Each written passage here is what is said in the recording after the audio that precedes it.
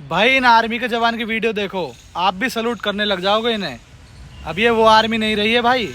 BJP की कार्यकाल में ना तो जवान सेफ है ना ये है। सर मेरी पोस्टिंग 2006 में JNK में थी, कुपवाड़ा में। वहाँ पे बॉर्डर पे एक रूल था, no first fire no more than 11 NM, यानी कि जब तक पाकिस्तान की तरफ से एक भी फायर नहीं आ जाता तुम कोई फायर नहीं करोगे। नो मोर देन 11 MM मतलब वो हमारे ऊपर RPG चलाएं, मोटरार चलाएं, कुछ भी चलाएं, हम 11 MM से ऊपर का राउंड नहीं चला सकते थे वहाँ पे। मेरे हाथ पे ओम गुदा हुआ है। इस ओम के गुदे होने की वजह से मुझे हाथ में रुमाल बांध के ड्यूटी करनी पड़ती थी वहाँ पे। अगर उनको ओम दिख गया ना तो छोटे छोटे बच्चे पत्थर मारना शुरू कर देते थे।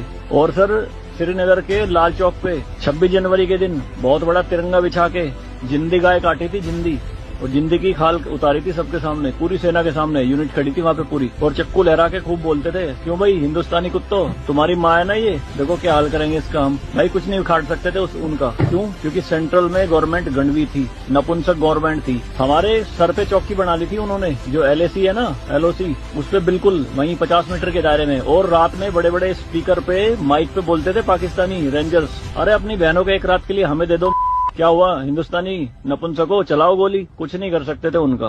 2014 में जब गवर्नमेंट चेंज हुई तो सेना अध्यक्ष बिपिन रावत साहब जब उनसे मिले तो उन्होंने बताया कि बॉर्डर के हालात खराब है सर, छूट नहीं है जवानों को कुछ भी। तो PM मोदी ने कहा था कि छूट मेरी तरफ से पूरी है, मैं नहीं जाऊंगा वहां लड़ने, तुम जाओगे।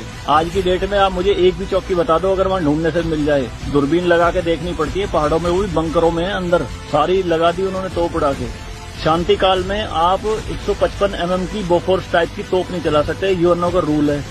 लेकिन 2014 में ये बोफोर्स भी चली JNK में पाकिस्तान की तरफ चौकी उड़ाने के लिए। तो सर ये मत कहिए कि बीजेपी के कार्यकाल में जवान मर रहे हैं, ये हो रहा है। सर सेना के जो हाथ खुले हैं ना वो बीजेपी के कार्यकाल में खुले हैं।